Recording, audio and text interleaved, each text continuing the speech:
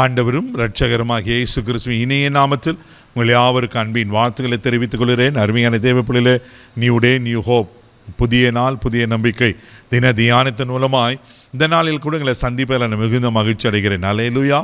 இன்றைக்கு கூட கர்த்தர் நமக்கு கொடுக்கிற வார்த்தை என்ன? யாத்திராகும் புஸ்தகம் 17ஆம் அதிகாரம் 15வது வசனம் கூட வாசிக்க கேட்போம். மோசே ஒரு பலிபீடத்தை கட்டி அதற்கு யெகோவா நிசி என்று பெயரிட்டு. அல்லேலூயா. பாருங்க, மோசே ஒரு பலிபீடத்தை கட்டி யெகோவா நிசி என்று பெயருகிறார். யெகோவா நிசின்னு என்னது? ஜெய பலமானவர், ஜெய கொடியானவர், ஜெயத்தை தருகிறவர். ஆமென். இங்க ஒரு அற்புதமான சம்பவத்தை நடக்கிறத பார்க்கிறோம். அதே யாத்திராக 17ஆம் அதிகாரம் 8வது வசனத்தை கூட நம்ம வாசிக்க கேட்போம். அமலேக்கியர் வந்து ரெவித்தீமிலே இஸ்ரவேலரோடு யுத்தம் பண்ணினார்கள். பாருங்க, அமலேக்கியர் வந்து இஸ்ரவேலரோடு என்ன பண்றாங்க? யுத்தம் பண்றாங்க. ஆனால் இப்படிப்பட்ட சூழ்நிலையில் ஆண்டவர் என்ன செய்வார்னா, அவர் அற்புதமான ஒரு காரியத்தை செய்கிறார்.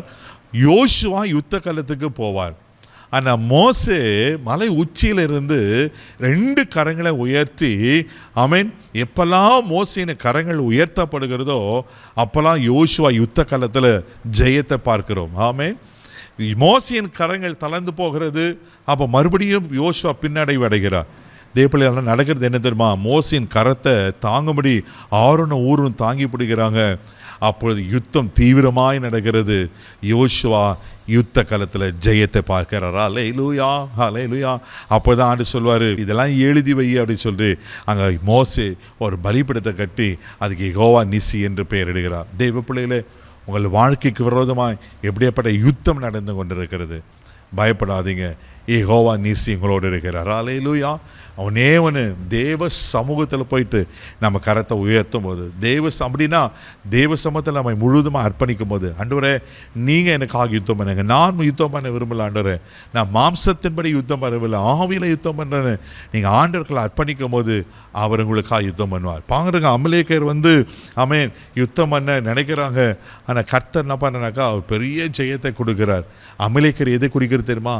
மாம்சத்தை குறிக்கிறது. தேவ பிள்ளையில மாம்சத்தை குறிக்கிறது. மாம்சம் ஆவிக்கு விரோதமாகவும் ஆவி மாம்சத்துக்கு விரோதம் ஒன்றையும் ஒன்று இச்சிக்கிறது. இன்றைக்கி மாம்சம் ஆவிக்கு விரோதமாக போராடுது, மாம்சம் ஆவி மாம்சத்துக்கு விரோதமாக போராடுது. இதை செய்யக்கூடாதுன்னு நினைக்கிறேன், பேசக்கூடாது நினைக்கிறேன், பார்க்கக்கூடாது நினைக்கிறேன், ஆனால் பார்த்துறேன், செஞ்சிடறேன். இப்படி மாம்சத்தின் கிரியைகள் நம்மளை மேற்கொள்ள நினைக்கிறது.